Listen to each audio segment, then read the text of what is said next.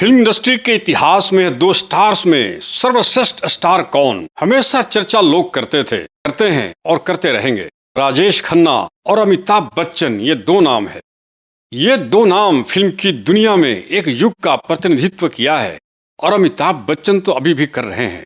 मनोरंजन की दुनिया में किरदारों में डूबे अभिनय का एक बड़ा पोटेंशियल है, ऊर्जा है, सोलर सिस्टम में सन पावर कहिए। दोनों ने कई फिल्मों में एक साथ काम किया है। सिनेमा में तब दर्शक और फिल्म निर्माता भी, कहानीकार भी, गीतकार भी, साहित्यिक सामाजिक मनोदशा और विचारों के पूंजी थे। राजेश खन्ना हिंदी सिनेमा के पहले सुपरस्टार रहे हैं।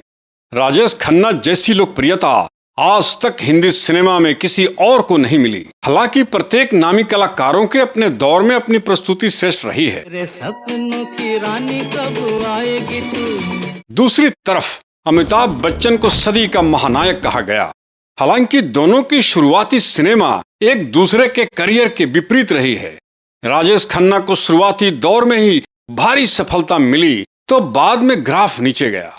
अमिताभ बच्चन शुरुआती दौर में लगातार असफलताओं का दौर देखा, बाद में सफलता की सीढ़ी चढ़े। जब तक बैठने को न कहा जाए शराफत से खड़े रहो। ये पुलिस स्टेशन है, तुम्हारे बाप का घर नहीं। राजेश खन्ना स्टार हंट के द्वारा फिल्मों में एंट्री किए थे तो अमिताभ बच्चन अपने दरख्वास्त पर।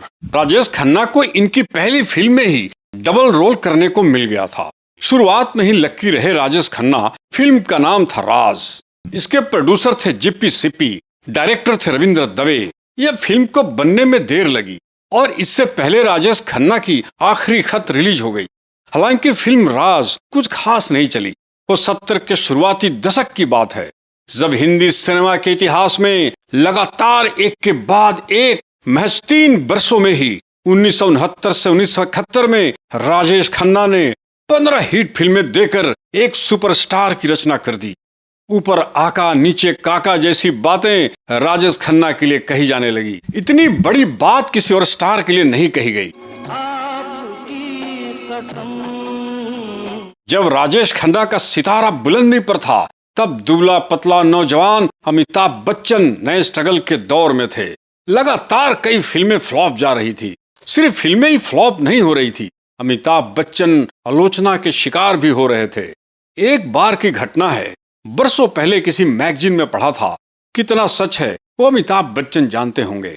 अपने पिता के साथ एक किराए की टैक्सी में मुंबई में कहीं जा रहे थे और मुंबई के एक रेड लाइट सिग्नल पर रुके थे। तभी किसी ने कार की खिड़की पर दस्तखत दिया और इनके पिता श्री हरिवंश राय बच्चन को सलाह देने लगा कि अरे इसे गांव वापस ले जाओ, कहानी कविता लिखना सिखाओ।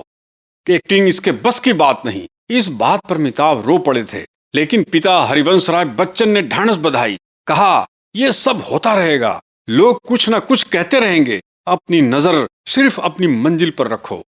फिर यह भी कहा जाता है कि प्रोड्यूसर कहते थे कि कोट जैसे हैंगर में लटक रहा हो।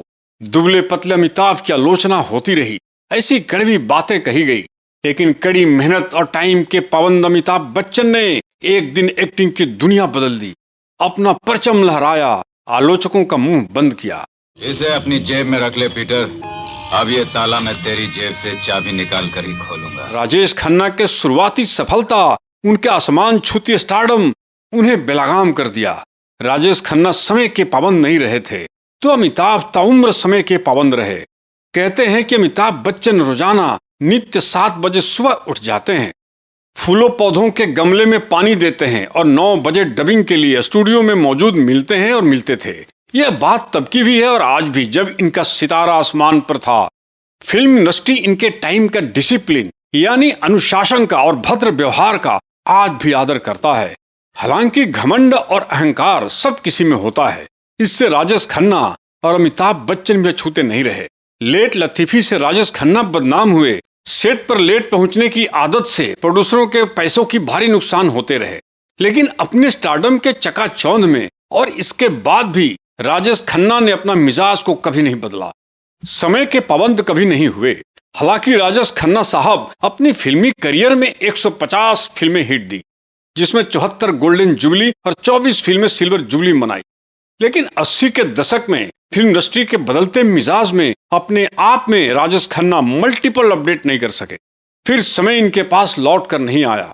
कभी राजेश खन्ना के लिए कॉमेडियन महमूद ने कहा था कि जो समय की इज्जत नहीं करता परवाह नहीं करता, समय उसकी इज्जत नहीं करता परवाह नहीं करता। राजेश खन्ना के अपने पारिवारिक संबंध भी बिगड़े, रिश्ते बिगड़े, बहुत कुछ बिगड़ता चला गया, पर्सनल अफेयर्स भी हुए। हालांकि बाद के दिनों में बहुत कुछ ठीक भी हुआ। दूसरी तरफ फिल्म जंजीर से उठे अमिताभ बच्चन ने फिर पीछे मुड़कर नहीं देखा। मल्टीपल चेंजेस अपने आप में लाए। एक्शन फाइट सीन खुद करने लगे, डुप्लीकेटर का इस्तेमाल न के बराबर करते थे। Dialogue delivery, dance, comedy, hair style, dress sense पर भी उन्होंने काफी मेहनत किए। डायरेक्टरों और प्रोड्यूसरों, कहानीकारों के साथ अच्छे ताल्लुकात बनाए, कुछ गाने भी स्वयं गाए। मेरे पास आओ मेरे दोस्तों, एक किस्सा फिर अहंकार भी आया और किशोर दा से भी अपने आप को बड़ा गायक समझ बैठे। इस अनबन में किशोर दा अमिताभ बच्चन के लिए गाना गाने बंद कर दिए थे। अहंकार फिर इतना बढ़ा कि दूसरे गायकों को आवाज भी लेने लगे। अपने स्टारडम के दम पर फिल्में खींच लूंगा, यह घमंड भी भर आया। फिल्मों के स्क्रिप्ट पर भी ध्यान देना छोड़ दिया। तूफान, जादूगर, एक जैसी स्क्रिप्ट पर भी ध्यान नहीं दिया।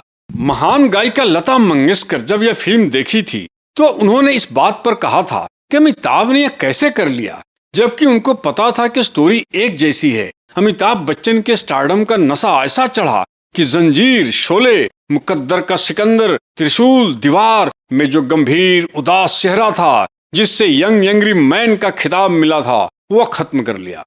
फिर वे मुस्कुराकर डायलॉग बोलने लगे, चाहे वो आजाद हो, अग्निपथ, लाल बादशाह हो या फिर अजूबा हो। वह पुराना गंभीर भाव निकल गया। समय किसी के साथ एक जैसा नहीं रहता। चेहरे और उम्र का अपना निखार और पड़ाव है। छोटे मियाँ बड़े मियाँ लाल बादशाह तक आते आते उम्र चेहरे पर दिखाई देने लगी। लेकिन हिंदी सिनेमा में जो भी यंग जनरेशन हीरो बनने का सपना लेकर मुंबई आता है, उसके लिए अमिताभ बच्चन रोल मॉडल बनते हैं, क्योंकि कई फ्लॉप फिल्में देने के बाद ही तो अमिताभ बच्चन बने।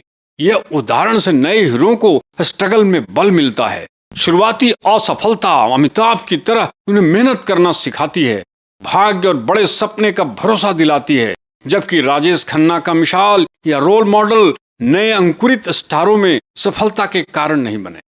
फिल्मों में आए नए कॉमर्स के लिए प्रेरणा स्रोत राजेश खन्ना कभी नहीं रहे, लेकिन शुरुआती दौर में राजेश खन्ना अमिताभ से सर्वश्रेष्ठ हीरो जरूर थे। वहाँ भी खाना बनाता था, यहाँ भी खाना बनाऊंगा। खाने वाले बदल जाए लेकिन आलू तो आलू ही रहेगा। अमिताभ बच्चन भी इनके स्टारडम को देखकर बहुत कुछ सीखा। ए बाबू मशाई, क्या मिला? वो मैं त्रिवेदी को लिख दूंगा, आपको फिक्र करने की जरूरत है। मेरी चीज और मैं फिक्र नहीं करूँ। राजेश खन्ना साहब की अदायगी की दुनिया दीवानी इस तरह नहीं थी। फर्राटेदार संवाद और अच्छी हिंदी बोलने की राजेश खन्ना के पास बड़ी महारत थी। बस आदतों पर आत्मनियंत्रण नहीं रख सके। प्राइवेट रिलेशन भी राजेश खन्ना के करियर को काफी डैमेज किया। हालांकि बाद में दुरुस्त हुआ, लेकिन समय बहुत निकल गया और राजेश खन्ना राजनीति को ज्वाइन कर लिया। दूसरी तरफ अमिताभ बच्चन भी हिंदी के शब्दों, उसके उच्चारण, अच्छे नरेशन के मालिक हैं। शुरुआती दौर में दुबला पतला होने की वजह से और अच्छी कहानी हाथ न लगने की वजह से भी उस वक्त अमिताभ बच्चन को जल्द ऊंचाई नहीं मिली। अमिताभ बच्चन आज भी स्वयं को व्यस्त रखते हैं, नए नए आयाम पर भी वो काम करते हैं। नौ युवकों के साथ भी जुड़े रहते हैं। हिंदी हो या अंग्रेजी, शब्दों के उच्चारण उत्कृष्ट शैली ही है जो कौन बनेगा करोड़पति पर उनका आज भी एकाधिकार है। मैं अमिताभ बच्चन आपका स्वागत करते हुए शुरू करता हूँ। पारिवारिक रिश्तों पर बहुत संयम बनाकर चलते हैं। राजनीतिक विषयों पर भी वाणी को लगाम देकर कुछ शब्द कहते हैं। यह अनुभव उनकी शिक्षा और श्रेष्ठता को आज के दौर में भी दर्शाता है। अमिताभ बच्चन अब तक के सर्वाधिक फिल्म फेयर अवार्ड पाने वाले स्टार हैं, लेकिन राजेश खन्ना को मिली उस वक्त की लोकप्रियता से आज भी कम है। राजेश खन्ना साहब को सिर्फ 3 फिल्म फेयर अवार्ड मिले, 14 बार नॉमिनेट हुए, लेकिन राजेश खन्ना को लोकप्रियता इतनी मिली कि यह अवार्ड उनके चमक के आगे फीकी रह गई। उनके अपने वक्त में अदाकारी में आज भी मेरा यह चैनल काका को ही श्रेष्ठ मानता है। अपने दौर में काका सबसे 2 कदम आगे थे। विशिष्टता अनेकों नहीं, एक ही थी। जो विशेष गुण था, एक संतुलित नमक थे, एक संतुलित मिठास थे। इसलिए दुनिया उन्हें हिंदी सिनेमा का सुपरस्टार कहा। अभिनय कठिन साधना है। राजेश खन्ना से अमिताभ बच्चन कमतर होते हुए भी कठिन मेहनत से काका से 4 कदम आगे गए। राजेश खन्ना भी यह बात मानते थे। फिल्म इंडस्ट्री में ऐसे योगदान के लिए सदी के महानायक की उपाधि अमिताभ बच्चन को दी गई और वर्सटाइल एक्टर के तौर पर अमिताभ बच्चन को यह मेरा चैनल सर्वश्रेष्ठ कहता है। हालांकि प्रत्येक कलाकारों की अभिनय की अपनी एक खुशबू है, एक सितारे की चमक है। दादा मुनि यानी अशोक कुमार हिंदी सिनेमा के पहले स्टार आप कह सकते हैं।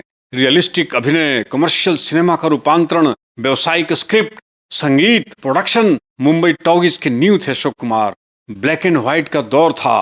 पृथ्वीराज कपूर, अशोक कुमार, बलराज साहनी के आधे से अधिक उम्र ब्लैक एंड व्हाइट के दौर में खप गए। मीडिया मैगजीन्स का इतना बोलबाला नहीं था, लेकिन ये लोग आने वाले आधुनिक सिनेमा के फाउंडर थे। फिर राज कपूर, देवानंद, दिलीप कुमार की तिकड़ी ने सिनेमा को और आगे लेकर आए। रंगीन फिल्मों का दौर आया, सिनेमा का 70 का दशक आया, जब हिंदी सिनेमा ने अपना गोल्डन रूप दिखाया। संगीतकार, गीतकार, छायाकार, कहानीकार, उपन्यासकार, निर्देशकों ने उत्कृष्ट कलात्मकता का बोध कराया। इस निर्माण में सबका सहयोग है। आज के इस वीडियो में इतना ही। अगर ये वीडियो अच्छा लगा हो तो इसे सब्सक्राइब कीजिए, लाइक कीजिए और शेयर करना ना भूलें। नमस्कार। बड़ी मुश्किल से मगर दुनिया में दो दिल से है दिए जलते हैं।